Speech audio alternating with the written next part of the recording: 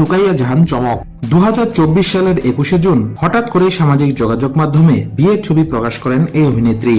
9 টাকা কাবিন ও 900 টাকার শাড়িতে বিয়ে করে আলোচনার জন্ম দেন এই অভিনেত্রী।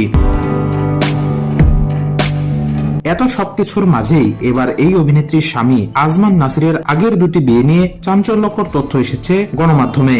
নাসিরের প্রথম বিয়ে 2008 সালের 10 জুন। বিয়ের মাসখানেক পর স্টুডেন্ট ভিসায় স্ত্রী সামান্তা ইসলামকে নিয়ে লন্ডনে পড়াশোনা করতে যান তিনি। জানা গেছে অর্থের যোগান না থাকায় শেষ পর্যন্ত পড়াশোনার পাঠ না চুকিয়েই দেশে ফেরেন তারা। এরপর 2011 সালের নভেম্বরে তাদের ঘরে কন্যা সন্তানের জন্ম হয়, কিন্তু দাম্পত্য কলহে 2016 সালের জুন মাসে সামান্তার সঙ্গে ডিভোর্স হয় নাসিরের। প্রথম সংসারে থাকাকালে সময় নাসিরের জীবনে আসে এক মডেল।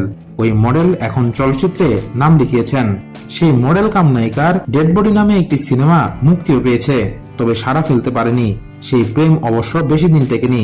নাসিরের অর্থনৈতিক অবস্থা ভালো না জানার পরেই কেটে পড়েন মডেল।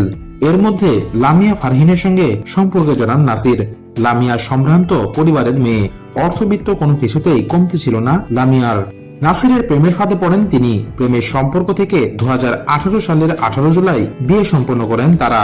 এরপর 2020 সালের ডিসেম্বরে এই ঘরোয়া আলো করে আসে কন্যা সন্তান। একাধিক সূত্রে জানা গেছে, সংসার চলাকালের সময়েই নাসিরের সঙ্গে অভিনেত্রী চমকের পরিচয় হয়, যা নিয়ে তাদের সংসারে শুরু হয় টানাপোড়েন। দুজনেই সিদ্ধান্তে আসে বিচ্ছেদের। তারপর 2023 সালের অক্টোবরে আনুষ্ঠানিক বিচ্ছেদ হয় তাদের।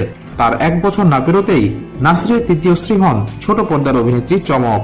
এদিকে বাগদানের পরই হবু বরকে নিয়ে এই অভিনেত্রী উড়াল দিয়েছিলেন শ্রীলঙ্কায়। শুধু তাই নয়, এবারের ঈদও তারা উদযাপন করেছেন সেখানে। প্রসঙ্গত 2017 সালে মিস ওয়ার্ল্ড বাংলাদেশ প্রতিযোগিতায় দ্বিতীয় রানার আপ হয়ে ছবি অঙ্গনে পা রাখেন রুকাইয়া জাহান চমক। এরপর 2020 সালে অভিনয় শুরু করেন তিনি।